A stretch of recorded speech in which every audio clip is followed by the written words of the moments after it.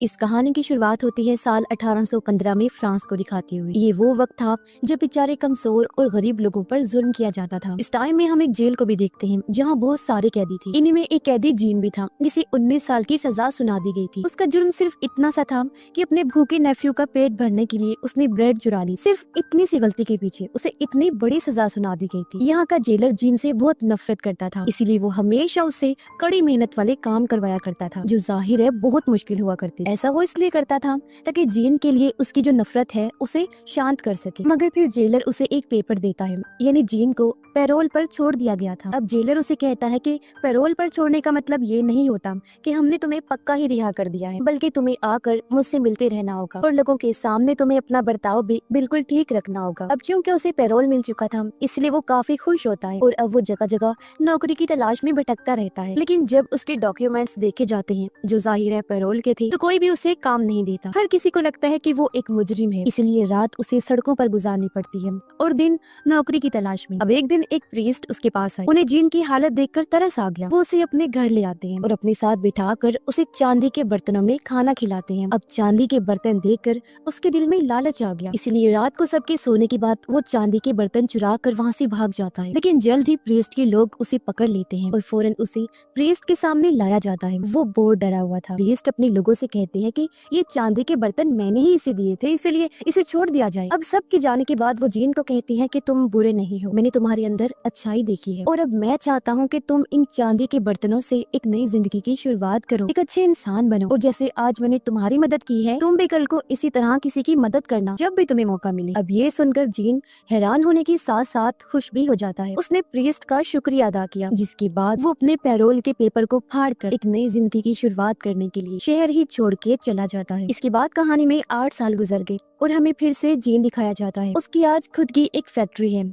और जिस जगह पर वो रहता है वहाँ का मेयर है। उसकी फैक्ट्री में एक लड़की काम किया करती थी जिसका नाम फैंटीन होता है। उसकी एक बेटी भी थी जिस बारे में किसी को पता नहीं होता क्योंकि उसकी शादी नहीं हुई थी और उसकी बेटी अपने अंकल के साथ रहती थी। और आज जब उसके साथ काम करने वाली औरतों को ये पता चला कि बिना शादी की उसकी बेटी है तो सब उसके खिलाफ हो जाती हैं और उसे बुरा भला बोलने लगती हैं। शोर सुनकर जीन भी यहाँ आ गया, पर इससे पहले वो सबको शांत करता उसकी नजर जेलर पे पड़ जाती है जिसका पैरोल तोड़कर वो भागा था। पता चलता है कि उसका भी ट्रांसफर इसी शहर में हो गया है और अब वो पुलिस चीफ है। अब जीन अपने मैनेजर को कहता है कि तुम सबको शांत करो और खुद वो पुलिस चीफ से बात करने चला जाता है। अब जीन का मैनेजर जिसकी पहले ही फैंटीन पर बुरी नजर थी, आज वो इस मौके का फायदा उठाता है। वो अजीब तरह की हरकतें उसके साथ करने लगा। तब गुस्से में आकर फैंटीन उसके मुंह पर जोरदार थप्पड़ मार दी, जिससे मैनेजर को इतना गुस्सा आया कि वो उसे काम से ही निकाल देता है, जिस बात से जीन पूरी तरह अनजान था। अब जब जीन पुलिस चीफ से मिलने आया तो उसे लगता है जैसे वो जीन से पहले भी कहीं मिल चुका है। इस बारे में वो पूछता भी है, लेकिन जीन साफ साफ मना कर देता है। इनकी बातें चल ही रही थी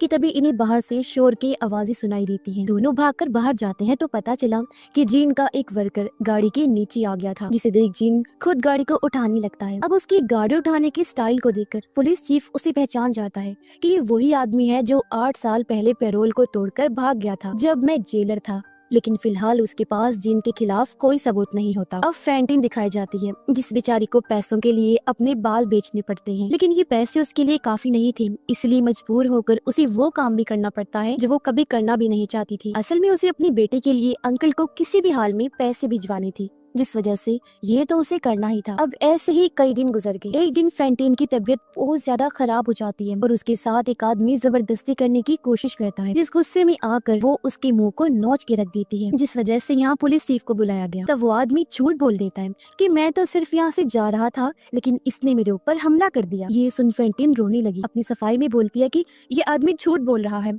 मैंने इसे तब नुकसान पहुंचाया जब इसने मेरे साथ जबरदस्ती करना चाहिए। लेकिन पुलिस चीफ उसकी बातों पर यकीन नहीं करता और उसे जेल जाने की बात करता है। तब वो कहती है कि अगर मैं जेल चली गई तो मेरी बेटी का क्या होगा, अभी वो बहुत छोटी है। अब उसकी ये बात जीन ने सुन ली थी, साथ ही वो फैंटीन को पहचान भी लेता है कि ये मेरी ही वर्कर है, इसीलिए वो पुलिस चीफ को कहता है कि इसे छोड़ दो।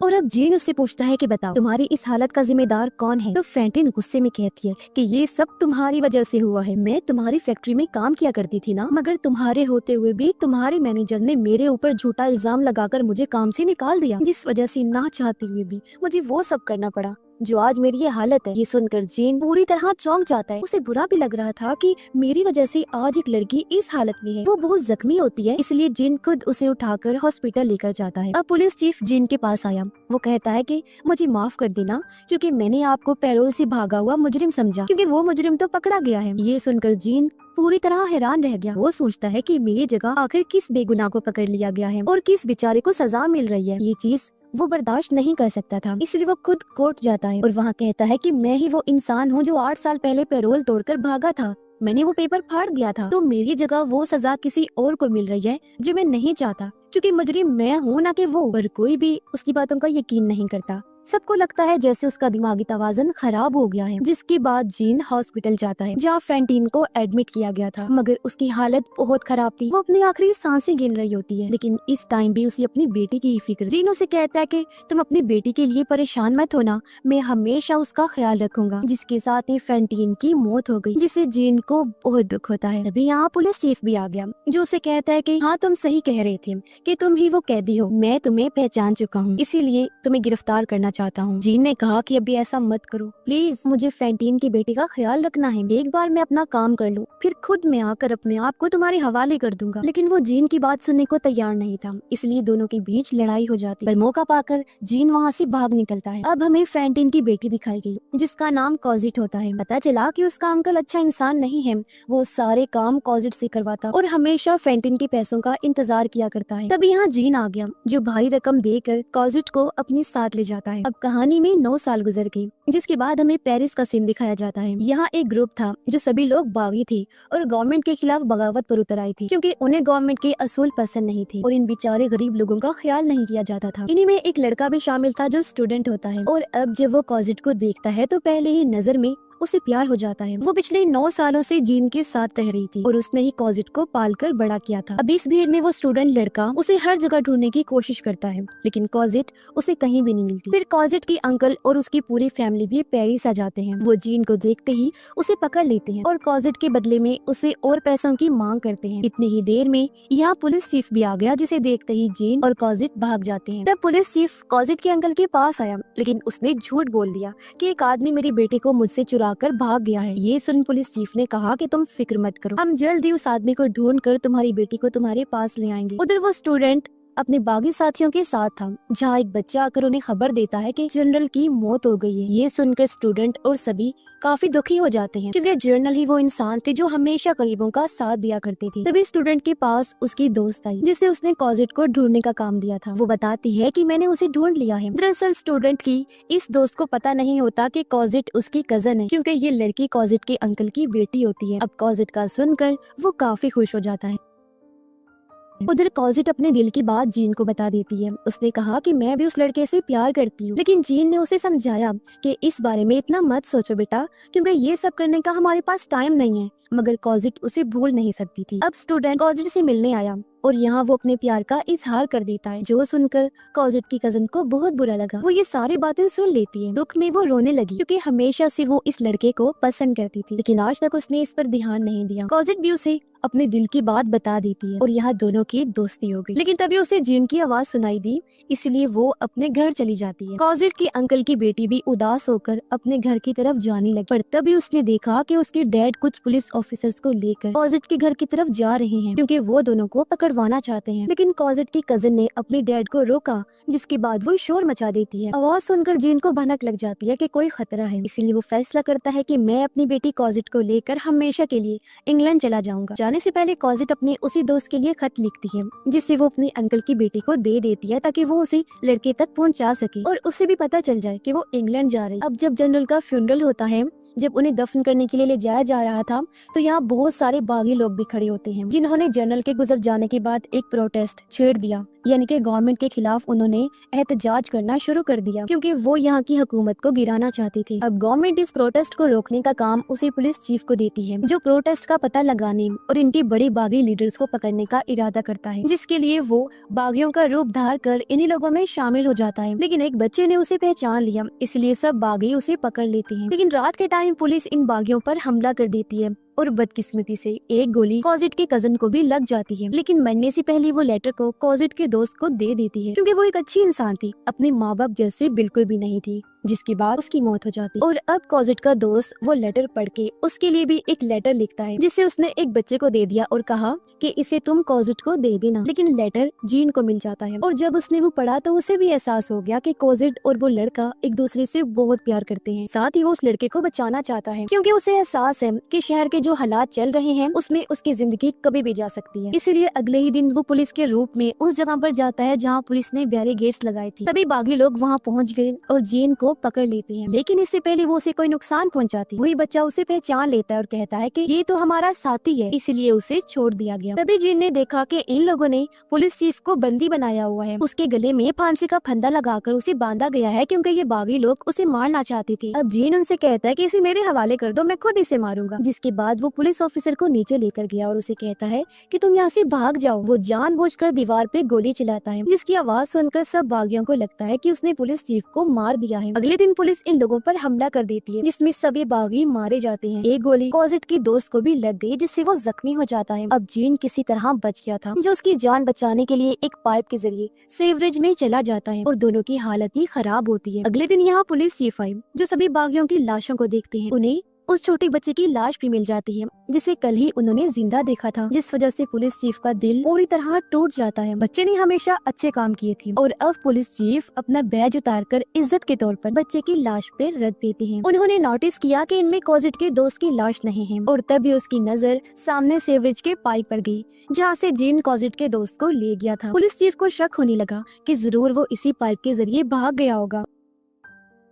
उधर सेवरेज में जीन और कॉजिट का दोस्त बेहोशी की हालत में होते हैं, जहां उनके पास कॉजिट का अंकल आ गया, और क्योंकि वो बहुत लालची इंसान था, इसलिए कॉजिट के दोस्त के हाथ से उसकी अंगूठी को निकाल लेता है। पर तभी जीन की आंख खुल गई। वो उसे पकड़ लेता है और कहता है कि हमें यहाँ से निकलने का रास्ता बताओ। ये जगह दरअसल पूरी जाल की तरह थी, वो लोग फंस गए थे, उन्हें बाहर जाने का रास्ता नहीं मिल रहा था, इसलिए मजबूरन कॉजिट के अंकल को रास्ता बताना पड़ता है। और अब जब ये दोनों वहाँ से बाहर आए तो इनके सामने पुलिस चीफ खड़ा हुआ था। अब जीन उसे कहता है कि प्लीज हमें मत रोकना, जाने दो, क्योंकि इस लड़के की जान बचाना मेरे लिए बहुत जरूरी है। इसलिए पुलिस चीफ उन्हें नहीं रोक और दोनों यहाँ से निकल गए, क्योंकि कहीं ना कहीं पुलिस चीफ के दिल में एक शर्मिंदगी, अपने गुनाहों को वो धोना चाहता था, इसलिए खुद छत से कूद कर वो अपनी जान दे देता है। कुछ दिन के बाद कॉजिट के दोस्त को भी होश आ गई, और जब उसे पता चला कि उसके सभी साथी मारे गए हैं तो वो बहुत ज्यादा दुखी हो जाता है। लेकिन इस बात से उसे तसल्ली हुई कि अब मेरे साथ कॉजिट है। जीन उसे अपनी जिंदगी की पूरी सच्चाई बता देता है। साथ ही उसने ये भी कहा कि मैं कभी भी इस बारे में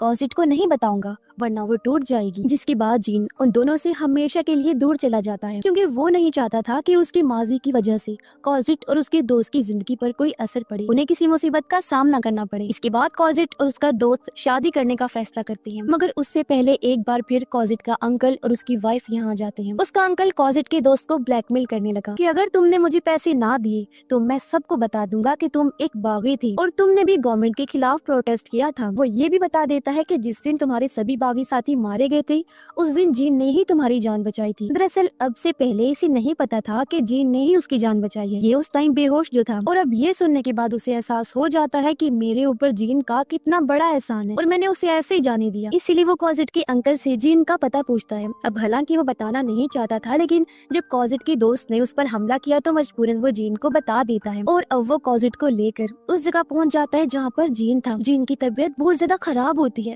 वो बिल्कुल अकेला था, अपनी जिंदगी की वो आखिरी सांसें ले रहा होता है। मरने से पहले फैंटीन की आत्मा उसके पास आई और कहती है कि तुम्हारा बहुत बहुत शुक्रिया, तुमने मेरी बेटी का इतना ध्यान रखा। इतनी ही देर में यहाँ कॉजिट और उसका दोस्त भी आ जाते हैं। अब जीन मरते मरते कॉजिट को एक खत देता है और कहने लगा कि मेरे गुजर जाने के बाद ये खत जरूर पढ़ना। इतना बोलकर उसकी भी मौत हो जाती है, जिससे कॉजिट और उसका दोस्त पूरी तरह टूट जाते हैं। मरने के बाद हमें जीन की आत्मा दिखाई गई जो फैंटीन के साथ होता है, या वो प्रीस्ट को भी मिलती है, जिसके एक एहसान ने जीन की पूरी जिंदगी बदल के रख दी। अगर उन्होंने उसे वो चांदी के बर्तन और वहाँ से भागने का मौका ना दिया होता तो शायद वो पूरी जिंदगी जेल में सड़कर गुजारता। हालांकि उसकी जिंदगी का कोई मतलब नहीं था, मगर उसने अच्छे काम किए जिस वजह से उसकी जिंदगी का मकसद ही बदल गया। और जैसा कि प्रीस्ट ने कहा था कि दूसरों की मदद करना तो इस बात पे उसने खूब अमल किया। जब भी उसे मौका मिला उसने हर किसी की मदद की, जिस वजह से उसने खुशी खुशी मौत को गले लगाया। और जो लेटर उसने कॉजिट को दिया था उसमें जीन की पूरी सच्चाई थी, यानी कि उसे भी जीन के माजी के बारे में सब कुछ पता चल गया था। इसलिए हमेशा वो भी जीन को अच्छे लफ्जों में याद करे और उसकी आत्मा को भी सुकून होगा कि मैंने किसी से कुछ नहीं छुपाया। वो सबके दिलों में एक जगह बना गया था, इसलिए मरने के बाद भी इतना खुश था। और इसी के साथ ही इस फिल्म की कहानी यहीं पर खत्म हो जाती है।